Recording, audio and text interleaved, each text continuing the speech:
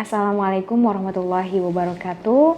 Alhamdulillahirrabbilalamin. Wassalatu wassalamu ala asrafil anbiya'i wal mursalin wa ala alihi wa sahbihi ajmain amma ba'du. Selamat pagi, selamat berjumpa kembali di dalam program Pengabdian Regional jurusan Studi Islam Fakultas Ilmu Agama Islam Universitas Islam Indonesia. Pada hari ini senang sekali saya bisa berjumpa dengan Anda semua, sahabat muslim dimanapun Anda berada. Saya Anissa Budiwati. Di sini kita akan bersama-sama untuk mengkaji dalam sebuah tema yang berjudul tentang pengukuran arah kiblat di masa adaptasi kebiasaan baru.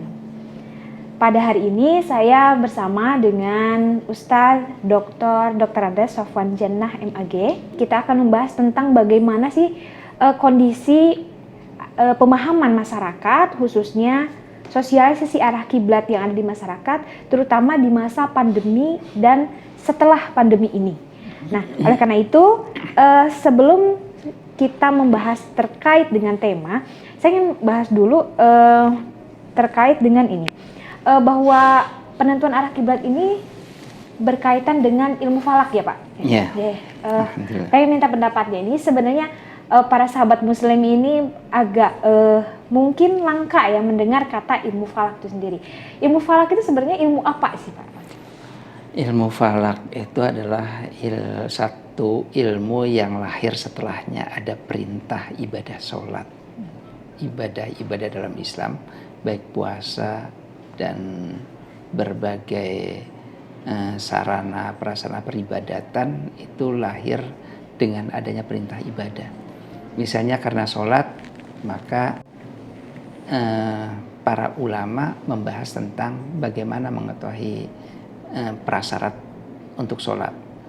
Yaitu misalnya saja untuk bersuci, maka harus tahu air itu bagaimana bisa dikategorikan sebagai suci.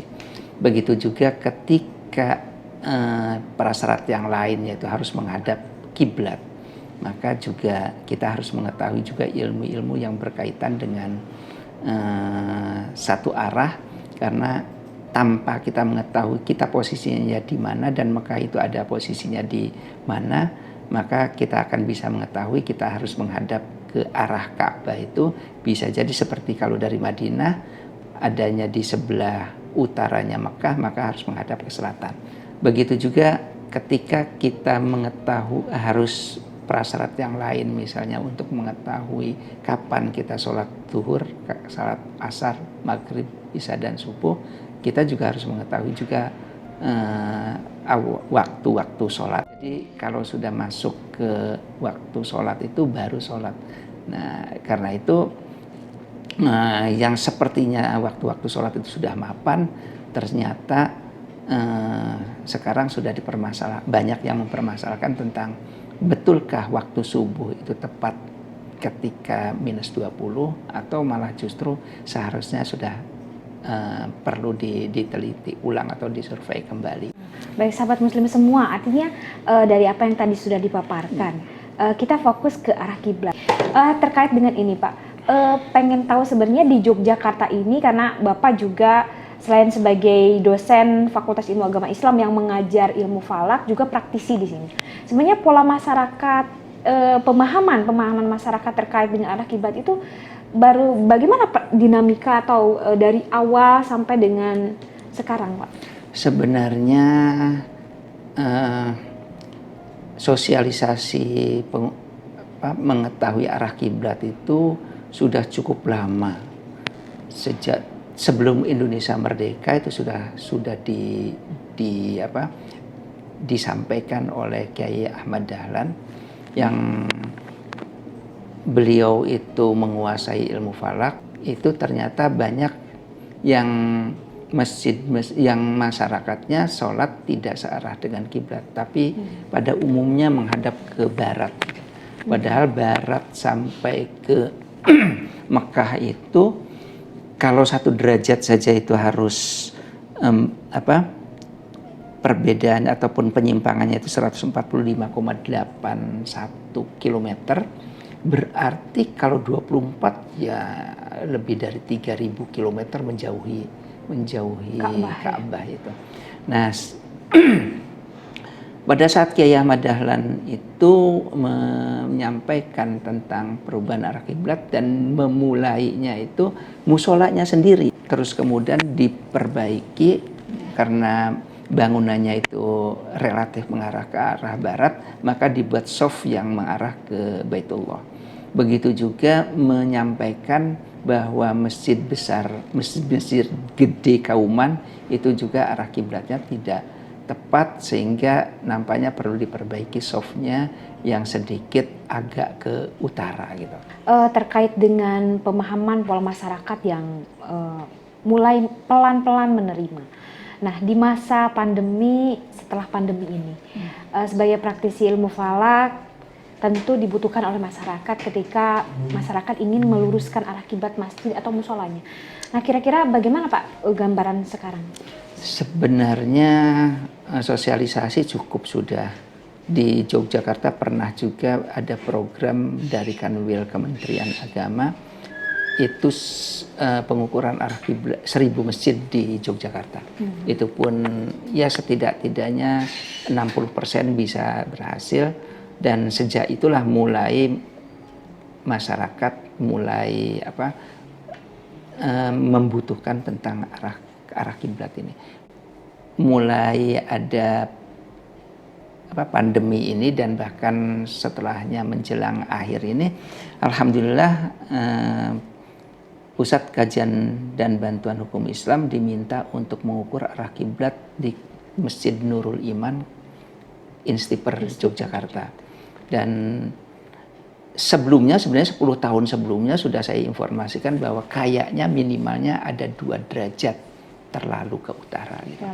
Nah, terus kemudian itu dilakukan pengukuran arah kiblat di bulan tanggal 30 Zulqa'dah kalau tidak salah.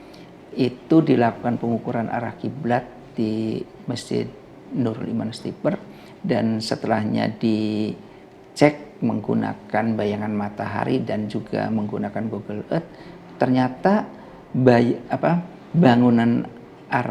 bangunan Masjid Instiper itu terlalu ke utara 3 derajat 3 detik, 30 itu terlalu ke utara. Terlalu ke utara. Artinya itu kalau 3 derajat itu dikali yang tadi ya 145 derajat itu. Iya, kalau kita sholat tetap nekat di Masjid Stiper itu berarti menjauhi Ka'bah tidak terlalu banyak sih, hanya 437,5 kilometer. Berkaitan dengan tadi ya, ada satu lembaga yang mengurusi sertifikasi arah kiblat, di mana lembaga ini Pusat Kajian Bantuan Hukum Islam yang berada dari Fakultas Ilmu Agama Islam. Sebenarnya proses pengukurannya berbeda tidak ya antara pandemi dengan setelah pandemi, itu biasanya seperti apa gitu? Sebenarnya pengukuran itu yang sangat simpel, yaitu menggunakan bayangan matahari. Bayangan matahari. Jadi cukup dengan bayangan matahari. Di kalender UII sebenarnya sudah tersosialisasikan sudah sekitar 7 tahun yang lalu. Itu sudah dilakukan, bahwa kalender UII dengan menambahkan jadwal waktu sholat setiap hari, di kolom terakhir itu ada B kiblat, artinya bayangan kiblat. Pada jam itu maka bayangannya itu akan searah dengan kiblat. Hanya begini, ketika membuat soft, maka ketika membuat soft itu kan softnya tetap sama, nggak ada bedanya antara sebelum ada pandemi dan sesudahnya ada pandemi, bahkan mungkin yang akan datang juga tetap aja softnya itu diarahkan ke arah kiblat. Hanya saja ketika membuat posisi orang-orang salat itu kemudian kita buat satu stiker yang itu dibuat jarak sekitar 60 sampai 1 meter, sehingga antar itu, sehingga ketika itu dipasang di soft itu, maka akan terlihat bahwa tempat itulah yang bisa kita tempati untuk sholat. Sehingga dan kemudian dibuat pengumuman juga di depan itu bahwa pada saat sementara masih ada kasus COVID-19, maka ini dibuat berjarak antara jamaah yang satu dengan jamaah yang lainnya. Yang dulunya sawu sufukum fa inna tasfiyata sufuf min tamamis shalah.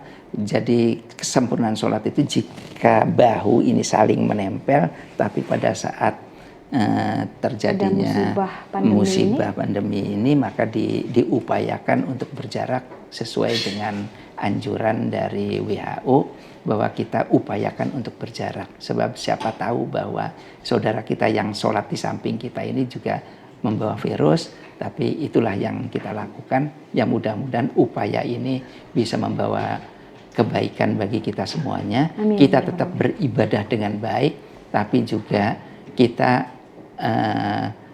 kekhawatiran untuk tertularnya COVID-19 itu bisa terhindari. Dan ini sebenarnya sebagai contoh dari bagaimana aplikasi penerapan maqasid syariah ya Pak ya. Iya. Jadi artinya hukum keluarga, ya hukum Islam juga tidak statis, tetapi berdinamika sesuai dengan kondisi gitu ya. Oke, mungkin ini sebagai penutup dari apa yang akan kita diskusikan. Dari proses pengukuran arah kiblat yang seharusnya memang disosialisasikan agar masyarakat kita itu mau pandemi mau tidak pandemi, bahwa kewajiban perintah untuk menghadap arah kiblat khususnya di tempat-tempat yang permanen yaitu di masjid atau musola tetap harus dilakukan gitu. Nah, boleh diceritakan Pak bagaimana proses sertifikasi arah kiblat yang mungkin sahabat muslim di sini semua pengen tahu di Yogyakarta khususnya di FIAI UII itu prosesnya seperti apa? Proses untuk permintaan untuk pengukuran arah kiblat sebenarnya bisa juga dilakukan ke Kanwil Kemenag ataupun ke kantor Kementerian Agama Kabupaten. Bahkan bisa juga permohonannya itu ke KUA saja, nanti KUA langsung melanjutkan ke Kemenag gitu. Tapi UII sudah sejak dari adanya infalak itu diminta untuk membantu mengukurkan arah kiblat, dan kemudian arah kiblat itu alhamdulillah sudah kita lakukan, bahkan hampir seluruh tim dari pengukuran arah kiblat di DIY ini juga